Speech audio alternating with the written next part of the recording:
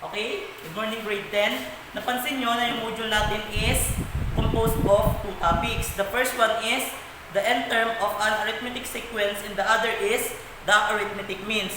So now, first, I will discuss what or how to solve the end term of the arithmetic sequence. So, we have examples here. Okay, example number 1. Dito, ang given natin is negative 2, negative 5, negative 8, and negative 11. Sabi dyan, find the 100th term of the arithmetic sequence. Okay? So, hahanapin natin ngayon kung ano daw yung pang 100th term. So, to solve, we will use the formula AN equals A sub 1 plus N minus 1 times D. Okay? The formula in finding the end term of an arithmetic sequence. Okay. A sub N, this is the missing term which is 100th term. Okay, ano daw yung pang 100th term natin? Equals. Okay, ang A sub 1 po natin is kung ano yung una dun sa given natin ng mga terms. So, alin dun yung nasa una natin? So, yun yung negative 2. And then, plus. Okay, follow the formula. And then, substitute every given. Okay? Next, N. Okay, our N is 100. Kasi ang kailangan natin is yung pang 100 term. Minus 1 times D. Okay. Ang D po natin is yung tinatawag nating common difference. So, paano po natin makikita yon? Kailangan mong i-minus yung kailangan mong i-minus yung term na magkasunod. Okay, halimbawa, yung second term at saka first term. Okay, dapat lagi magkasunod yung pagmaminus mo. Hindi mo pwedeng pag-minus yung first term at saka third term kasi medyo malaki na yung magiging common difference mo or hindi na reliable yung magiging sagot mo. So, paano kukunin yun? Negative 5, okay, minus. Okay, next one is negative 2. Okay, so para makuha mo yung common difference, si negative 5 po, siya yung nasa second term natin, at saka si negative 2, siya po yung ating nasa first term. So, magiging negative 5 plus positive 2. And then, our answer is negative 3. So, negative 3 is our common difference. So, yun po yung ilalagay natin dito sa gilid natin.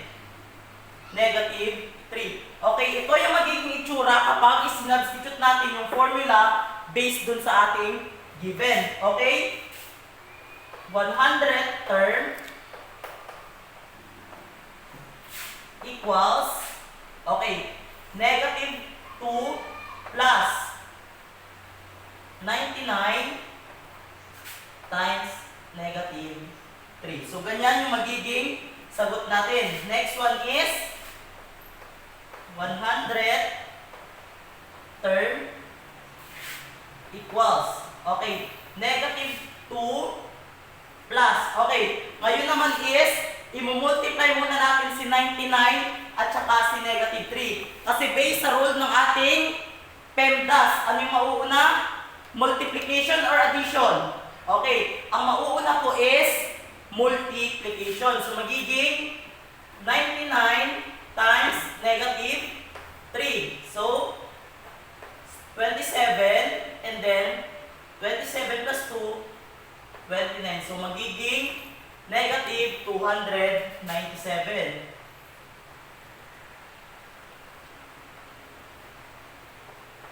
Then, magpuproceed na tayo ngayon sa addition of integers. So, 100th term equals, okay, negative 297 at saka negative 2. So, same sign, ang gagawin po natin sa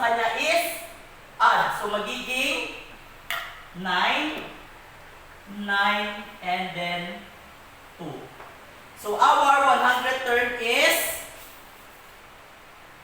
negative 299 based dun sa ating module. So hindi laging term yung nawawala. Hindi laging kung pang ilang term, halimbawa 100 term, hindi laging ganyan yung nawawala. So meron dito tayong example na ang nawawala naman is kung ano yung kanyang n. Okay? So ibig sabihin kung anong n, pang anong position daw yung given dun sa ating an. Okay?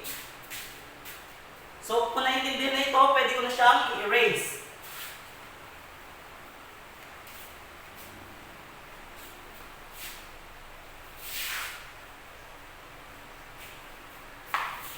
Kanina, ang nawawala natin is anong number yung nasa pang 100 term daw. So ngayon naman, based dun sa ating next example, example number 3, kasi yung example number 2 at example number 1, almost the same lang sila, or same talaga sila.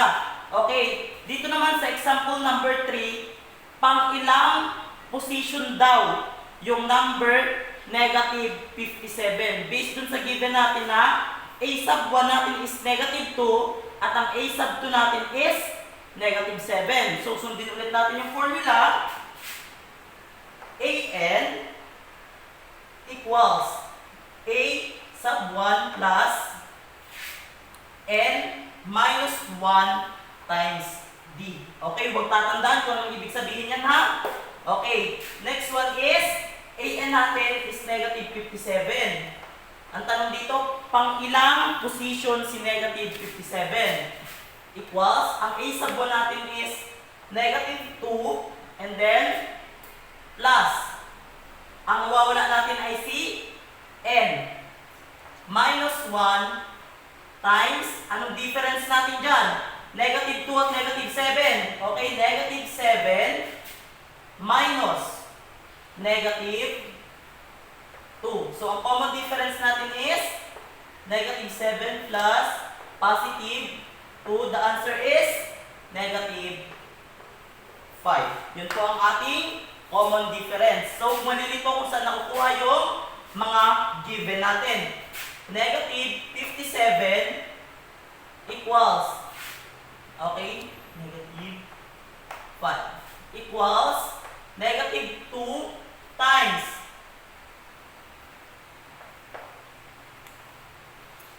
n minus 1 times negative 5.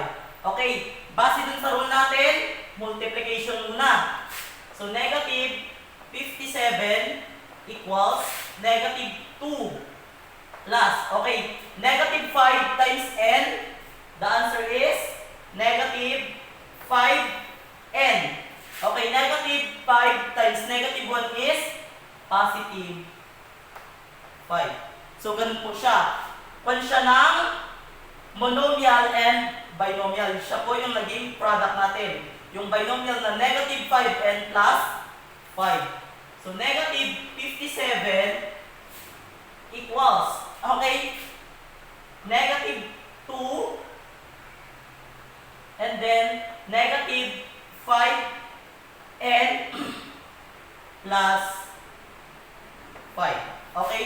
Ngayon po is, ita-transpose na natin siya. Magiging negative 57, okay, plus 2, and then minus 5 equals negative 5n.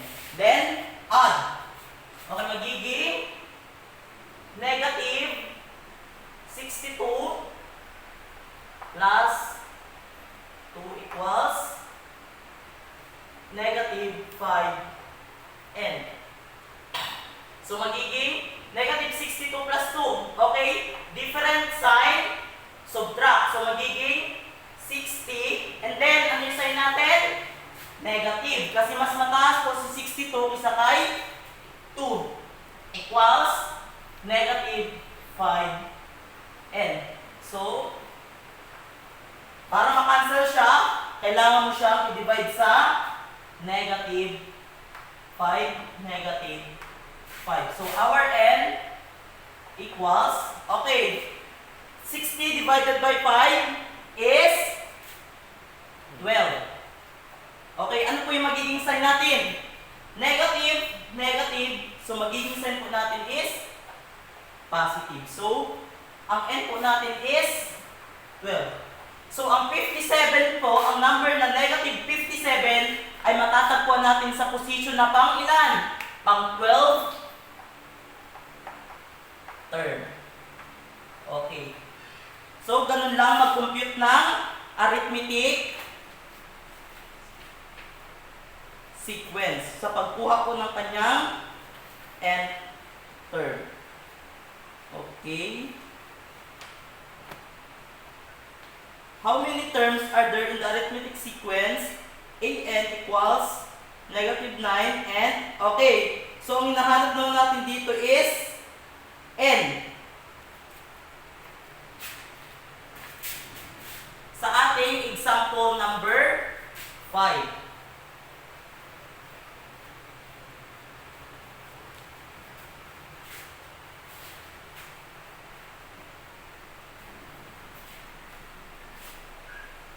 Okay, example number 5, sabi dyan, how many terms are there in the arithmetic sequence if an equals negative 42? Okay, a sub 1 is 9 and the common difference is negative 3. Okay, so paano yan? Balik tayo sa formula. An equals a sub 1 plus n minus 1 times d. Okay? Ang an po natin is negative 42. Okay? The next one is a sub 1. Okay, ang a sub 1 natin is 9. Okay, sabi dito, identify what are given and what is unknown. The n is the unknown. So, ugaliin, basahin muna ang module nyo para malaman kung ano yung nawawala. 9 plus, okay, n natin, nawawala ulit siya, minus 1. Okay, anong common difference natin? Negative 3. Next.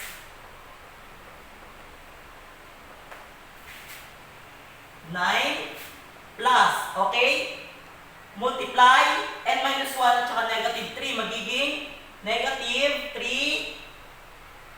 3n, okay, plus 3. Negative 42 equals 9 minus 3n plus 3. Negative 42 equals, okay? Negative 3n, okay? Plus 9 plus 3. Okay, ngayon, ipatranspose natin. Negative 42, okay? Minus 9 minus 3 equals negative 3n.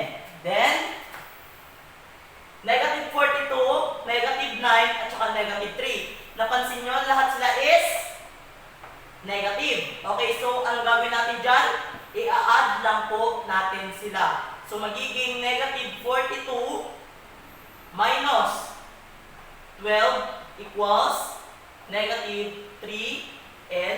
And then negative 42, negative 54 equals negative 3n. Then divide by negative 3. Divide by negative 3. Okay, cancel. The answer is n equals 18. Bakit po naging 18? Kasi 54 divided by 3 equals to 18. Okay. So, yun lang po yung mga examples natin. And dun sa activities natin, dito sa page 8. Okay, sa page 8, sabi dyan, what's more? Do you have any problem with some of the examples? Please do not hesitate to contact your teacher. Okay, wag na wag mahihiyang i-contact si teacher kung meron kayong clarification. To check your understanding, try this. Identify the missing terms or words in the solution. Okay? So, based dun sa discussion dito sa binasa nyo sa una, i-identify nyo kung ano yung mga nawawala dun sa boxes and dun sa blanks. Okay?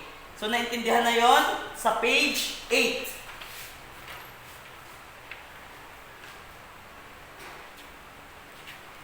Okay, until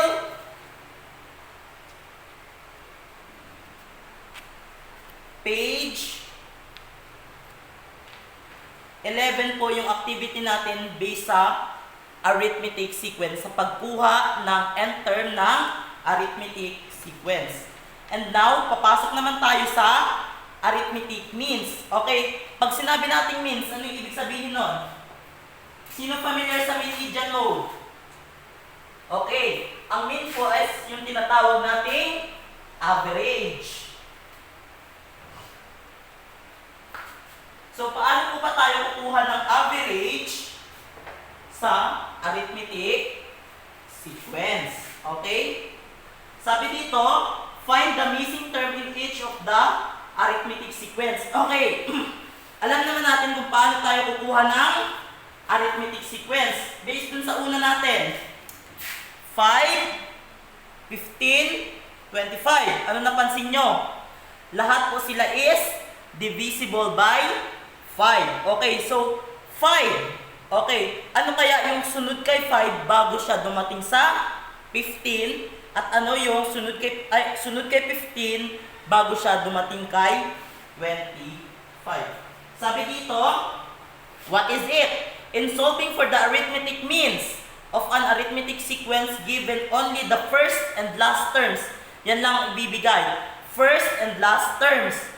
The common difference is D equals AN minus A sub 1 over N minus 1, where AN is the last term and A sub 1 first term and N the number of terms. Yan po yung gagamitin natin formula. Okay, so paano natin siya gagamitin? Okay, meron tayong example number 1. Sabi dyan, sa page 13, insert an arithmetic mean between 5 and 11. Okay, so i-insert mo daw yung arithmetic mean between 5 and 11. So ano yung nawawala natin? Common difference. Para magkaroon tayo kung ano yung ilalagay natin sa pagitan ni 5 at saka 11. So, ang given natin ay A sub 1 equals 5, A sub n equals, A sub 3 equals 11, and then n equals 3. What is A sub 2? Okay, ano tayo nawawala natin? A sub 2. Okay, gagamitin ngayon natin yung formula sa pagkuha ng common difference. D equals AN natin. Okay, 11. Okay, minus. Okay, minus A sub 1 natin is 5.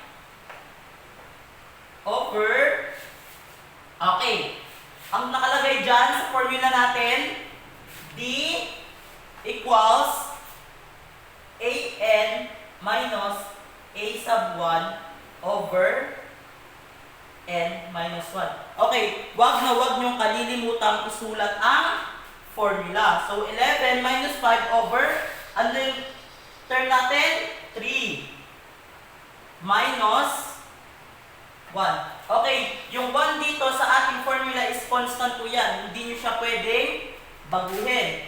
Okay, so D equals 11 minus 5 is 6 over, okay, 3 minus 1, 6 over 2. Ang 6 over 2 po is, meron pa po siyang lowest term. So, ang 6 at 2 is divisible sila parehas by 2. Kaya magiging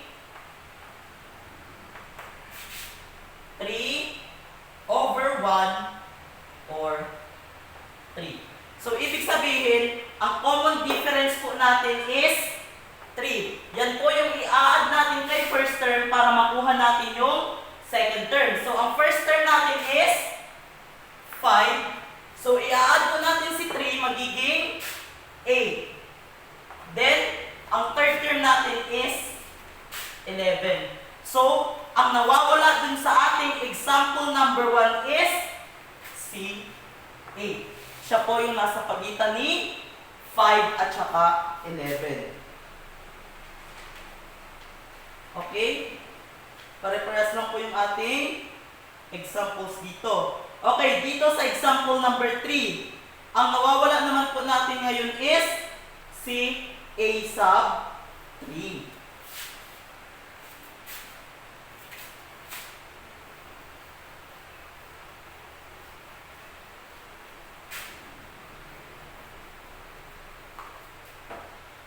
Okay? Hindi kayo dito marilito kapag lagi nyo lang sinusunod yung formula natin. At tandaan nyo kung anong ibig sabihin ng bawat letters dun sa ating formula. So, sabi dito sa example number 3, if 4 arithmetic means are to be inserted between -7 and 33, what is the second arithmetic mean? Ano daw yung nawawala natin? What is the second arithmetic mean? Kung 4 daw yung insert natin. So, ano yung formula natin? D equals A sub 1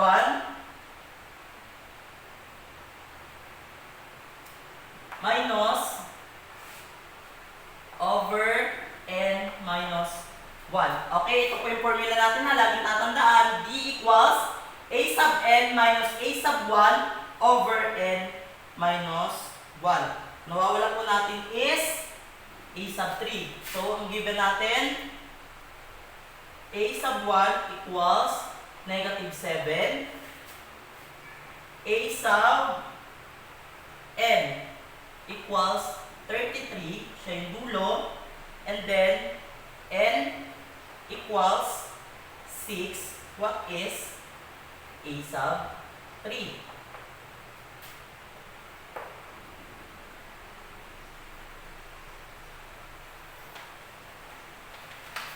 Okay? Substitute lang. Okay. Tingnan nyo ha. Hindi nababago yung process natin. Isa-substitute nyo pa rin lang yung ating mga given dun sa page 15. Okay? So, D, ang mawawala natin is difference.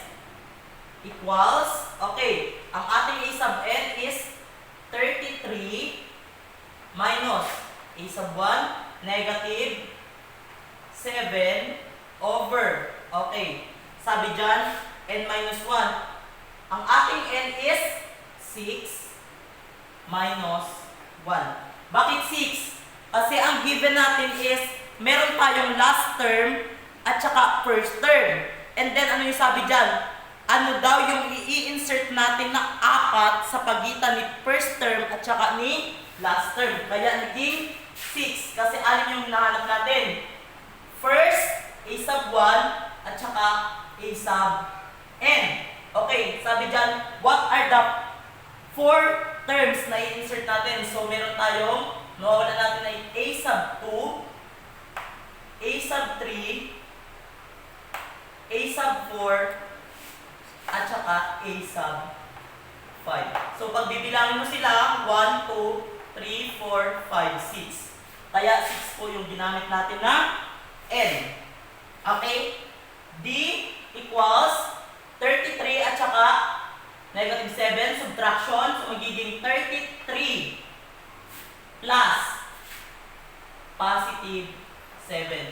Tandaan lagi sa subtraction, i-change mo sa subtraction sign into addition, and then i-change mo yung sign ng second number. Kung negative to, gagawin mo siyang positive, pero kung positive ito, gagawin mo siyang negative. Kaya naging positive 7 po siya.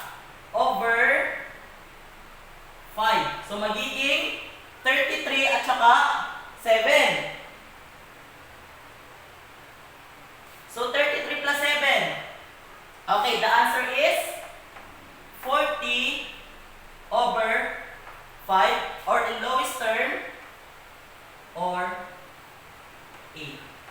Okay, so ang common difference po natin is 8. So ang hinahanap natin dyan ay a sub 3. Okay, a sub 1 natin is negative 7. Okay, and then plus 8. So ano magiging sagot natin dyan?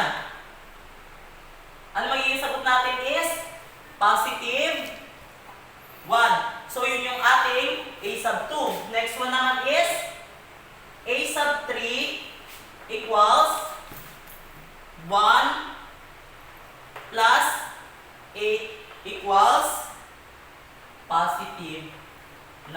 So a sub 3 po natin is positive 9.